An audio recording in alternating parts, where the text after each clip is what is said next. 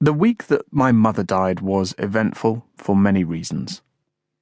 Dad had his last day at work, and after decades on the road, I think he was secretly looking forward to staying in one place for a bit. It was my 22nd birthday. Max had just got a job, which was a massive step for him. Though no one ever officially discriminated against him, he would always receive a carefully worded letter describing a more able candidate, or someone whose CV better reflected the qualifications they were looking for. That was the thing about discrimination that was never mentioned.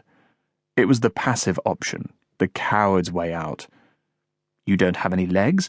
Well, we do have stairs. Although in the interests of fairness, looking at your CV, I think we can find a more able candidate. One company even had the gall to tell him that the position had already been filled, while they continued to advertise the vacancy. So the circle of life continued. Max was gainfully employed, and my dad was given a crystal whiskey tumbler and a bottle of Lafroig for his long service to the company.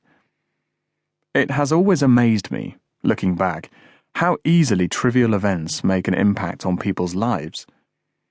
If I'd told him, at the start of that week, that he'd soon discard the tumbler in favour of drinking straight from the bottle, he probably would have replied that he didn't often drink whiskey, and point to the novelty gift on the wall, which had appeared one Christmas under the tree, with no named sender or addressee. It was mocked up to look like a fire alarm. It said, "In case of emergency, break glass." Behind the little clear plastic barrier, there was a minibar-sized bottle of whiskey.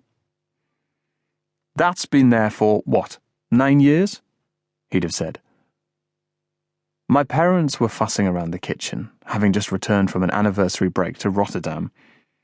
Mum was getting some lunch together, and Dad was fiddling with the new DAB radio that he'd bought. "Can you pass the red pepper, Günther?" asked Mum. "Yes, of course." "What is this button?" signed Dad. "That's to save the channel as a favourite," signed Max. "Try one of these," my mum said. "And this one?" signed Dad. "What is it?" I asked. "That's to switch back to FM," signed Max. "It's a Dutch waffle," said my mum. "Try it." I bit into it. "It's mostly syrup. Don't eat them all. We've got lunch ready in half an hour." "Ishmazin," I said through a mouthful. "What's it called?" "Stroopwafel." Günther only ever called them Dutch waffles. I tell you what, though, those Dutch, they never eat any veg. I didn't see a carrot the whole time we were there. They won't touch a vegetable unless it's pickled. "Sounds like German food," I said. She rubbed my back affectionately. Mum was always a touchy-feely person, which I miss. Dad's more of a get-drunk-and-punch-a-wall person now.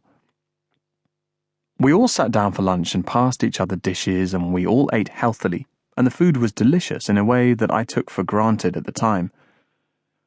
It never occurred to me that cooking might go wrong, because Mum made it look easy. "Shall we go out for a celebratory dinner tonight?" asked Mum, as she cut up a spinach and ricotta phyllo pastry. She put down the spatula. "Celebrate? Max has a job now. Günther is turning 22, and your father's finally going to have a rest." "I told you I don't mind working," said Dad irritably. "I've been working all my life. Another year won't kill me." "It's not your choice to make, dear. You're getting older. You have to retire. Simple as that." "Me and Günther will help," signed Max. "Well, I will. And Günther can when he finds a job." "Ha! He never lifted a finger round the house. Mum did everything for him. Washed his clothes."